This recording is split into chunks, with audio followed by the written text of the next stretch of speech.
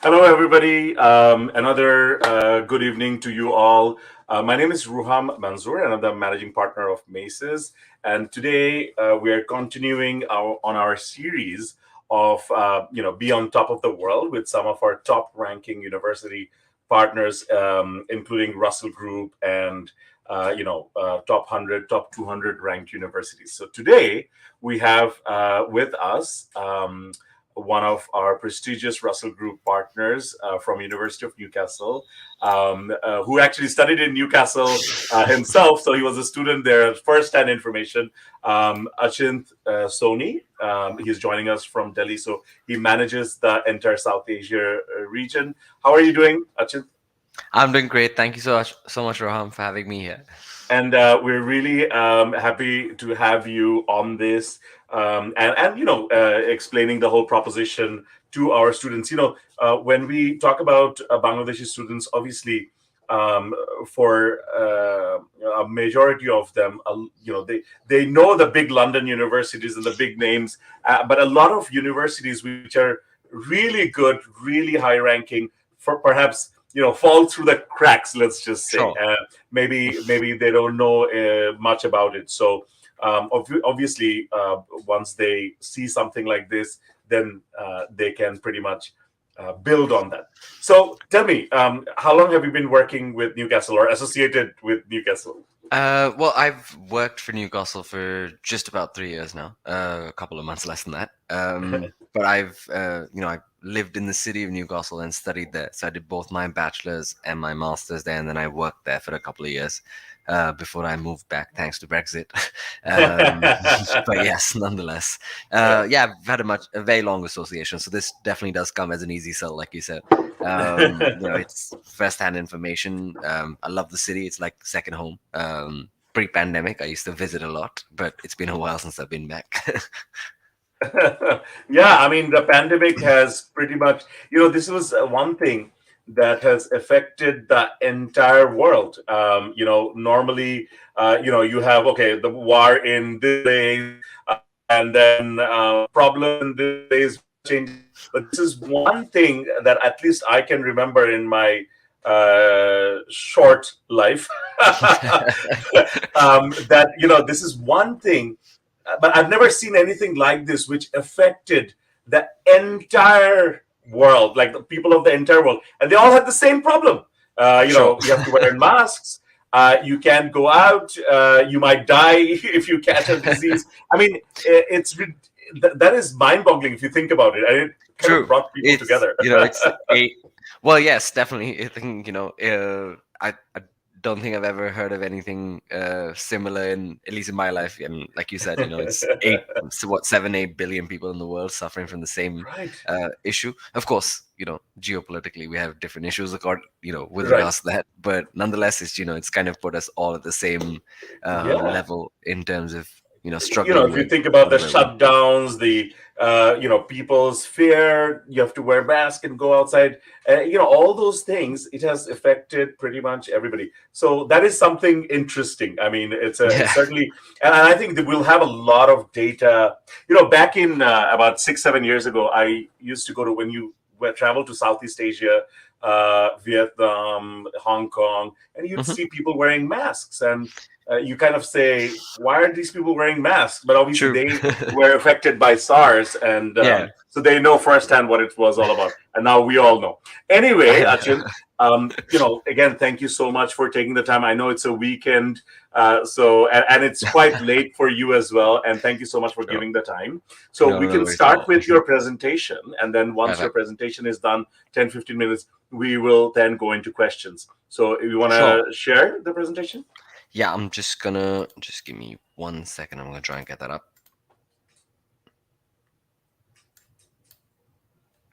And there we go. Here we go. Perfect.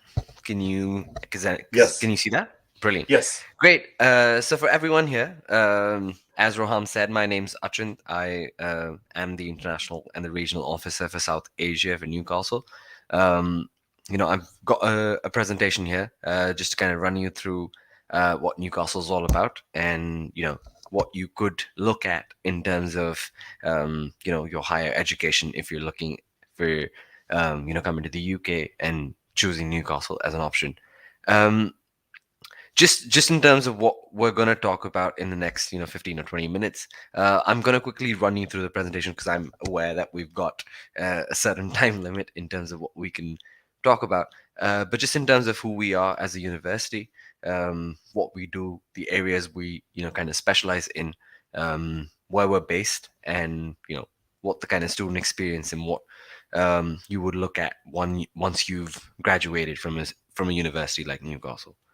um, for all those who don't know where Newcastle is, we're the biggest city in the north of England, just about an hour and a half from Edinburgh. So we're on the border of England and Scotland, um, just maybe an hour by flight from London.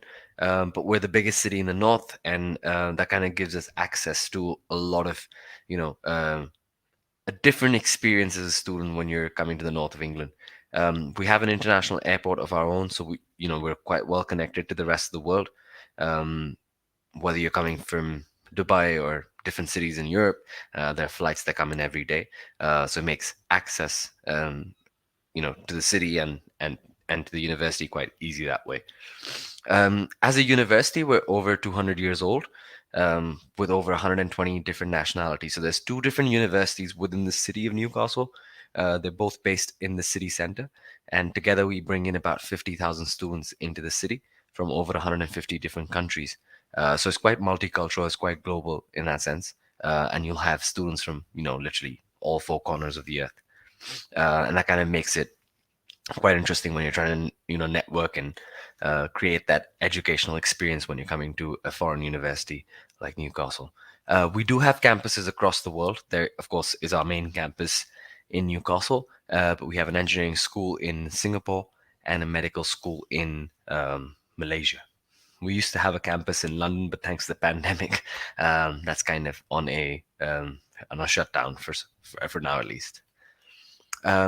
Like Raham mentioned, we are a Russell Group university, uh, which means the Russell Group, for all of you who don't know what the Russell Group is, it's sort of the equivalent of the Ivy League in the US. So it's a list of the elite universities in the UK that are pioneers in research. We're known for the kind of research we do, but also the kind of teaching we do, and there you can see that we've got the DEF Gold Teaching Excellence Framework Award for multiple years now. We're also in the top 150, 140 universities in the world. I think we're in the top 22 universities in the UK. So, we're quite highly ranked in that sense, with some great industry links that puts us in an elite list again in terms of the top employers looking at universities. So a lot of those employers advertise directly on the university career service website, and it kind of gives you access to great employment opportunities when you're done with your education in Newcastle. A number of our courses that are ranked in the top 20, some in the top 5. We're definitely known for medicine. It's our oldest school at Newcastle. But apart from that, architecture, art and design, a few engineering courses, computing science, we're the National Innovation Center for Data Science, which means the most cutting edge research that's happening with regards to data or data science in the UK happens at Newcastle. Apart from that, we're also, I think, in the top 5 universities in the world doing research on climate change. And there's, excellent scholarship opportunities with regards to some of those subjects for a few students, definitely women. We do offer that in partnership with British Council. So there's, lots of great courses to study if you end up choosing Newcastle as an option. Sorry. Great. In terms of the city itself, it's been voted as one of the most affordable cities, not just in the UK but all across Europe. It's a very lively city, like I mentioned. So there's always something or the else going, something or the other going around in Newcastle throughout the week or the weekend. It's been again voted continuously as one of the best student cities, not just in the UK but across the world. Lots of things to do both on and off campus. We're about 20 minutes away from the coast. So, in terms of having opportunities to do, whether it's sports or taking part in different sorts of sort of activities, there's a lot to do at Newcastle in that sense. Oops, sorry. Um, I'm having a bit of a. There we go. Um, I hope you can see that. Like I mentioned, the city is, it's Newcastle as a city itself is quite. It's a mixture of old and new. So you've got, a lot of green areas in and around the city of Newcastle, but also the campus itself and the city itself is sort of a mixture of old and new. So you'll have buildings that are about 400 or 500 years old, but you also have some cutting edge architecture, like the bottom left that you can see is what we call the Sage Gates Head, which is a music and art and culture venue. A lot of great performances happen there throughout the week, but also a lot of that is university buildings. Um, right in the middle on the top is what is the Hadrian's Wall, which was at one point the edge of the Roman Empire, just across Newcastle. But it's also what the wall in Game of Thrones is inspired by. So for all you Game of Thrones fans, that might help out in kind of looking at history and things of that sort. Another famous thing just around Newcastle is Anik Castle, which was used as Hogwarts in the Harry Potter movies. So a lot of tourism and a lot of fun in terms of that sense. If you'd like to explore all of that around Newcastle as a city, we've got our own underground metro system across the city of Newcastle. And like it mentions, there's, it's a few minutes away from the coast, but also a few minutes away from the airport. So it's quite easily accessible, and most students end up doing that while they're at university. Just an aerial view of the city, as you can see on the top right there, that is the city center, and Newcastle University is right next to it. So it makes access to the city center quite easy, but also makes your experience as a student quite interesting. This is just across about 7 or 10 minute walk across the famous St James's Park, which is Newcastle United's football stadium, is where our business school and the Helix campus is stated. Like I mentioned previously, we are the National Innovation Center for Data, and that's based on this Helix campus right here, just behind the business school. So for anyone wanting to study computing science or data science, that would be the campus you'd be based on. The university itself is divided into three main faculties. There's the Humanities and Social Sciences faculty, the Faculty of Medical Sciences, and of course, Science, Agriculture, and Engineering. Within Humanities and Social Sciences, there's a few really big schools there. Of course, our famous business schools are part of that. Where our business school is part of an elite list that is, triple accredited. There's only about, I think, 96 or 97 business schools around the world that are triple accredited, and Newcastle is a part of that. So that puts us in quite a great list there. But apart from that, there's a number of other schools. Like I said, we're really highly ranked for architecture or media and studies that falls under education communication. And of course, our law school is quite famous for its research. Within the Faculty of Medical Sciences, we've got a number of research institutes that are world renowned, whether it's got to do with cancer research, biomedical sciences, cellular medicine, regenerative medicine, drug chemistry. A lot of that happens then. We've got a suite of really great MRes courses, which is masters and research courses available within the Faculty of Medical Sciences. Apart from that, I think we're currently ranked second in the UK for psychology. And we, like I said, we are really, really well known for medicine too. Within Science, Agriculture, and Engineering, we've got the School of Computing, the School of Natural and Environmental Sciences that does a lot of really great work within the field of renewable energy or climate change. And of course, we've got the School of Engineering with all of our traditional engineering courses. On the right, you'll be able to see there's a number of national innovation centers that we have, whether it's, like I mentioned, for data science or for Center of Energy or subsea and offshore engineering. We're actually really, really well known for marine engineering and marine technology, and we're actually known as the Marine Mafia, or being part of the Marine Mafia in in the UK. Um, Great. In terms of what education in Newcastle would look like, there is, your day would be divided into what's called lectures and seminars. Um, Lectures are where new materials delivered. So, new teaching material that your professors will give you. And then you come back, you go kind of go through that material that's been delivered in those lectures, and you would come back into smaller groups and kind of have those seminars where you can get your doubts cleared. A lot of those technical courses will, of course, also have a number of practical sessions that you can use to kind of expand on that learning that you've had. There's a number of other resources available on campus, whether it's our 24-hour library with over 1.5 million books within that library, or about 6 million ebooks that you can use. But apart from that, a number of resource and development centers for you to kind of enhance your capabilities while you're studying at Newcastle.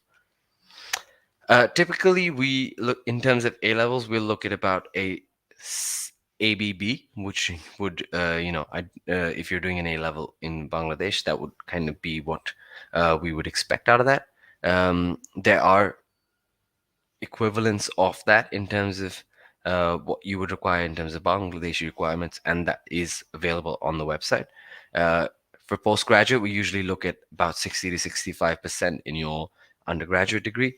And it would depend on exactly what university or what college you're coming from within Bangladesh. And across the UK, we usually accept a 6.5. Across the university, we usually accept a 6.5 of the IELTS. And that's usually a mandatory requirement for students coming out of Bangladesh.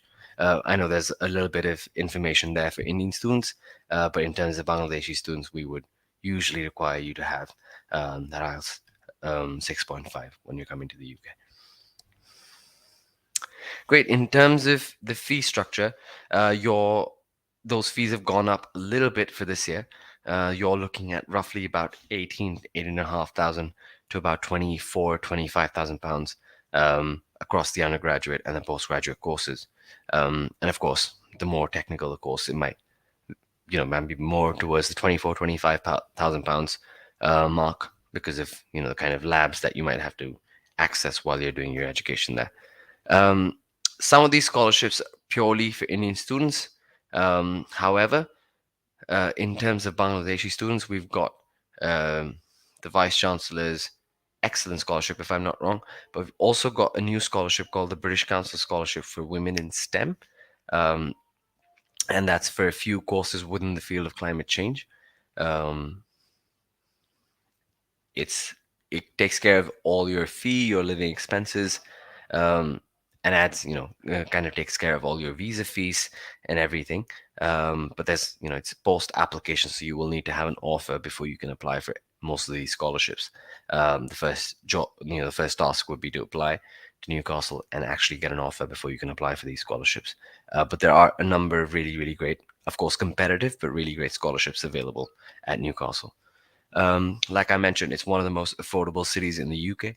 So the UK government puts an average of about £1,000 per month in terms of your living expenses. The university itself puts it at a little lower, between about £700 to £800 per month. But of course, that would depend on how you kind of budget yourself. But as a former student in Newcastle, I can say roughly about £800 a month is quite all right if you're living like an average student. As an international student, you've got guaranteed accommodation at Newcastle.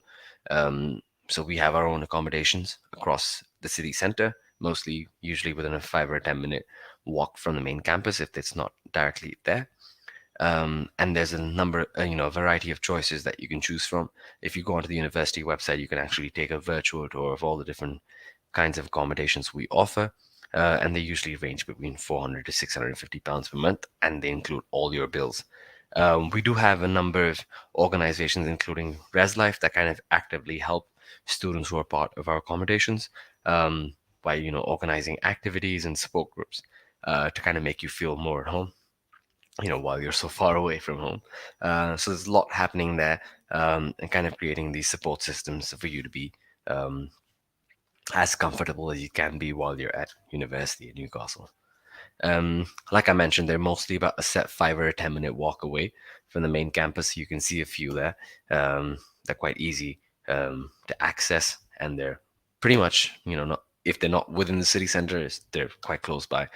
So most students end up walking, and the travel costs are a bare minimum.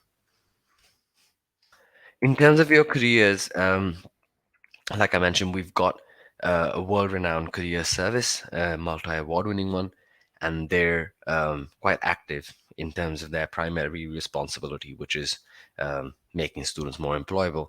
Um, so they kind of help in that sense.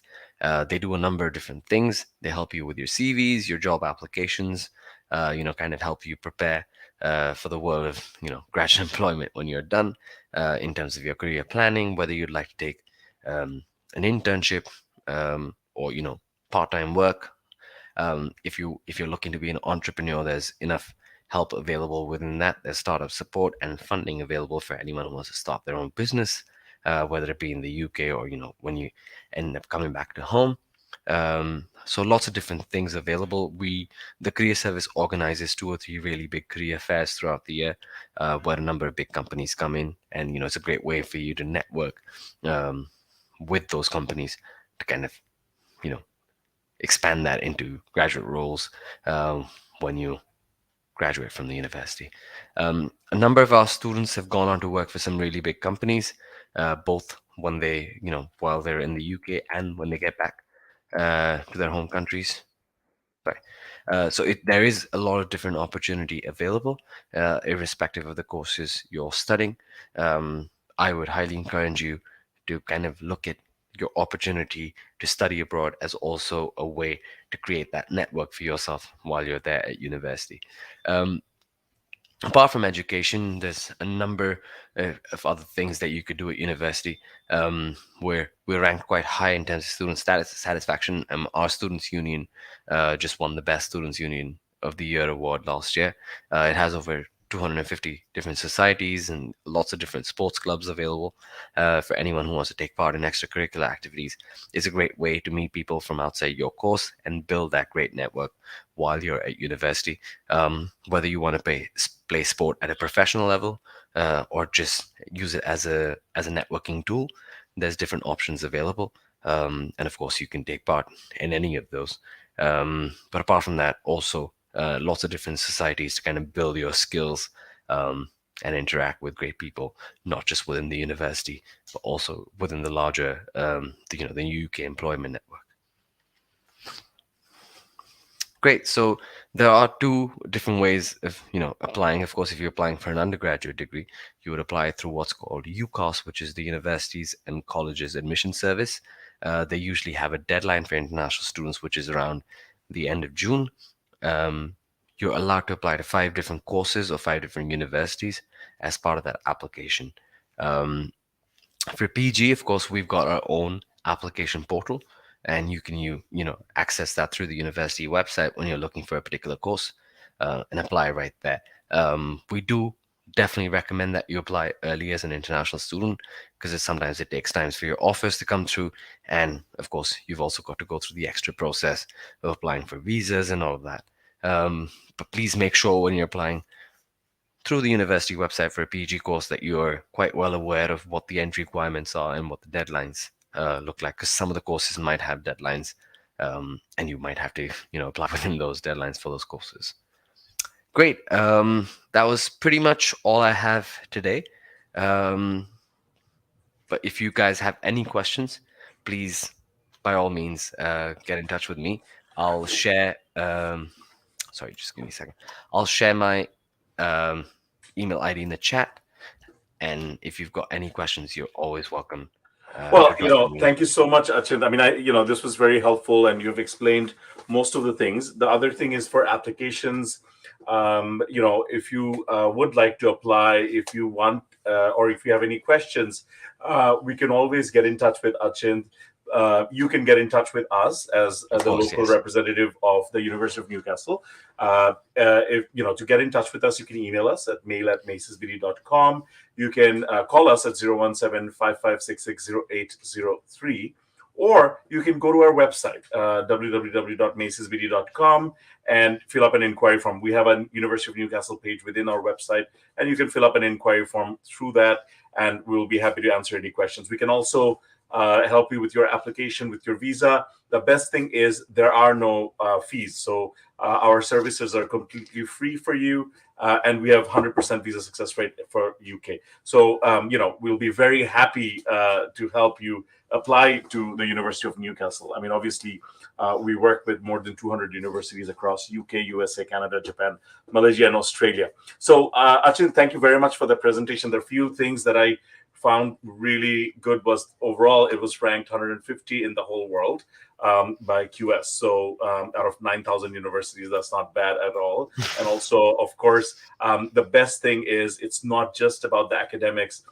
because rankings, a lot of times the undergraduate students, that's not very relevant for them. However, the Sure. student satisfaction is what makes the difference, because your student satisfaction rating is 97.5. What it means basically is that students who are studying there are happy. And Yes, you want definitely. to, of course, be happy when you're studying for your university and spending so much time and money there. So the first question is, if a student is from the Bangladeshi, curriculum, Yeah, sure. can they study the MBBS at Newcastle? So it would depend. The Bangladeshi local high school curriculum is usually not sufficient to get direct entry in the university, unfortunately. However, we do offer foundation programs with Into, and that might be a great place to start, kind of spend those 9 months So that and is help a you out. very good answer, because yeah, I mean, as he pointed out, so if you're from the SSC HSC background, you don't qualify for direct entry into University of Newcastle. Some courses have international year one where you can Yes, replace your first year with that. However, for the MBBS, unfortunately, that's not one of them. So for the MBBS program, you have to be from the O levels, A levels background. I don't think they do foundation yes. No, for they don't that. do foundation for medicine. That's very true. Yeah. But you would you would need to either have O levels or A levels, unfortunately. Or we do offer an accelerated degree. So if you'd already done your bachelor's in Bangladesh from a recognized institution, we might take that into consideration if you're Oh, applying the for an MBA. MBBS graduate entry, that one. Yes, So yeah. that's So a it's very good instead of program the as well. 5-year program, it's a 4-year program. But yes, Right, right. yeah. Excellent. Another question is, do students need to apply separately for the Women in STEM scholarship? If yes, then when is the deadline for that? Sure. So you do definitely need to apply for that separately because it's in partnership with the British Council, and the deadline for that is in April. So I think it's mid-April. However, you'll need to apply to the university and get an offer before you can apply for that scholarship. You cannot apply for that scholarship without an offer from the university. So your first step would definitely be to apply to the university, Right. get that So offer you need sorted. you need to have that offer. And remember, this is University of Newcastle. It is high in demand, so you want to apply ahead of this. Hello there. My undergraduate studies, BSc in Civil Engineering degree, is almost finished. I'm looking for a master's in civil at your university. Do you offer it? If my IELTS is above 7 and CGPA is 3.3, how much to get in terms of can I get in terms of scholarship? Uh, do you offer it, and do you offer pre-masters? Sure. We do definitely offer a pre-masters. Rohan will be able to tell you that we have a partnership with Into. They're based on our campus, and you can do a diploma program if you don't manage to get in, to the university through direct entry. If I could ask, what university or what institute in Bangladesh are you doing your bachelor's from? So that's something we have to wait for that. There are Sure. a list of universities which are accepted. Yes. Usually the threshold is anywhere between 3.2 to 3.5. Definitely. Yeah. If you can mention the university, perhaps we can get a much better answer. But Sure. in So theory, it should yeah. be possible. Yes, it's quite possible that that might happen. We do have a number of universities we recognize. For example, Bangladesh University. I think it's called BUET. Good, Um, good. but yes, it's quite highly recognized. So if you were doing your degree from there, we would usually recognize. And he was quite right. Rohan So was this quite is right in leading terms. university in Sylhet. So I don't think that's one on the list, but I mean, you No, could it's not. maybe look at it. I, Yeah. I definitely think it's not on that list. So, um, Habib, even though leading university is not listed, you can still get into the program through a pre-masters or a Yes. how they call it graduate diploma nowadays. So Diploma. you can Yes. get it through a graduate diploma program. If you want to get in touch with us, we have an office in Sylhet in Ambarkhana. So please get in touch with us and we'll be happy to help. Or you can call us at 017-5566-0803. And I think you have to dial 3 for the Sylhet office. Don't quote me if I'm wrong.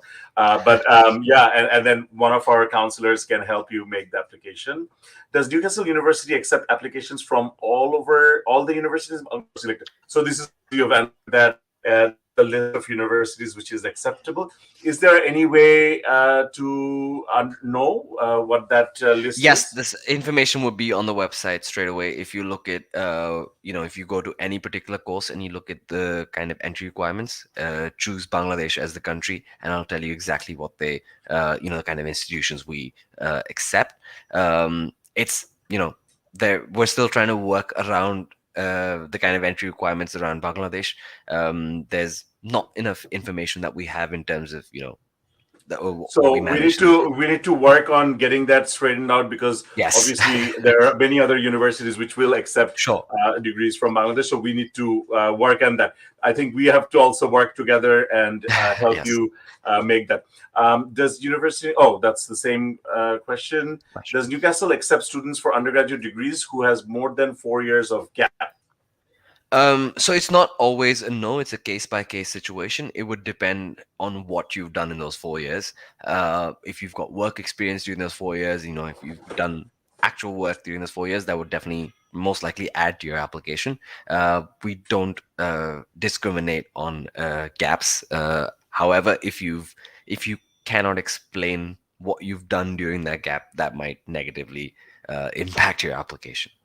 That's a very good answer. So, the thing is, with most universities, people can have gaps. Yes. For example, if I wanted to do an MBA somewhere, I would have 21 years of gap because I graduated 21 years ago. But I can explain, month by month, day by day, what I've done over the last 21 years. Hopefully, Yeah. nothing was idle. Now, what universities usually don't like is if you've just not done anything, sat at home, because those are red flags. Because then, Exactly. why are you not getting into employment or studies or, Yeah. what is the, so a proper explanation, usually universities accept and Except, then you can like, take it I'll forward. give you an example. When I was doing my undergrad at Newcastle, we had a student who was 47 years old, Wow. and he'd of course come to do his bachelor's in engineering from his company. So his company had sponsored him, and he'd worked there for about 15 years. And that's always a great thing. I think he came in with a scholarship, and of course his company sponsored him. But that's kind of, if you can kind of explain what you've done in those last 20, 30 years, or whatever, it's a 4 year gap, or however long the gap might be, that will kind of, enhance that application for sure. It's not something that we take negatively for sure. Again, this is Saturday and it is quite late. So, Achin, thank you so much for giving us your time Not at and all. spending time with us and helping our students answer some of their questions. Hopefully, this will lead to some applications. If you do want to apply, please get in touch with us through Facebook or our website, www.macesbd.com, and we'll be happy to answer your question. Achint, again, thank you so much for your time, and hopefully we'll catch up soon. We need to work on those Yes. entry requirements. Definitely. I've I'm trying to get more involved in Bangladesh. I've never actually been to Bangladesh. I'm highly looking forward for my first trip whenever COVID permits that to happen.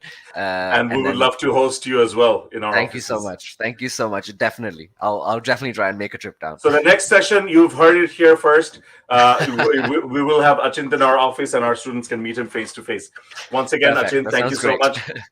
And those of you who have been listening on a Saturday night, thank you so much, and hope to see you again. For now, bye bye. Great. Thanks a lot, Roham. Thank you everyone for joining. Bye bye.